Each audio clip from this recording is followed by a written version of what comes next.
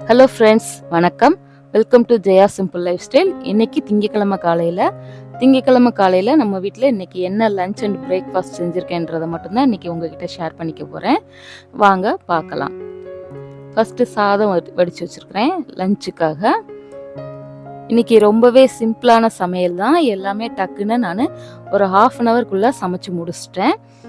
இன்றைக்கி மார்னிங் பிரேக்ஃபாஸ்ட்டுக்கு பார்த்தீங்கன்னா சேமியா உப்புமா தான் செஞ்சுருக்கிறேன். கடலை பருப்பெல்லாம் போட்டு தாளித்து சூப்பராக செஞ்சுருக்கிறேன்.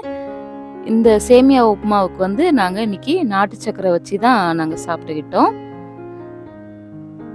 இதுக்கு தேங்காய் சட்னியும் வச்சு சாப்பிட்லாம், நல்லாயிருக்கும். எனக்கு இன்றைக்கி தேங்காய் சட்னிலாம் அரைக்க டைம் இல்லைன்றதோட வேண்டான்னு விட்டுட்டேன். அடுத்து இது லஞ்சுக்கு பார்த்தீங்கன்னா ஒரு கிரேவி செஞ்சுருக்கிறேன். இது என்னென்னா மஷ்ரூம் கேப்சிகம் கிரேவி தான் செஞ்சுருக்கிறேன். ரொம்ப ட்ரையாக பண்ணாமல் நல்லா கொஞ்சம் தொக்கு மாதிரி செஞ்சுருக்கிறேன்.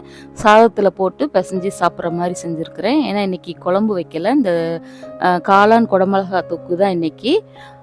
இது பார்த்திங்கன்னா சாதத்துக்கும் நல்லாயிருக்கும். இட்லி, தோசை, சப்பாத்தி இந்த மாதிரி எதுக்குனாலும் இந்த காளான் கிரேவி சைடிஷ்ஷாக வச்சு சாப்பிடும்போது செம்ம சூப்பராக டேஸ்ட்டாக இருக்கும்.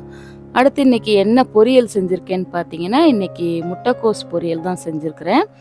இந்த முட்டைக்கோஸ் தாளிக்கும் போது பார்த்தீங்கன்னா கொஞ்சமாக பாசிப்பருப்பு ஊற வச்சு அதையும் சேர்த்து தாளித்து விட்ருக்குறேன். இது காரத்துக்கு பச்சை மிளகா மட்டும்தான் போட்டு செஞ்சுருக்கிறேன்.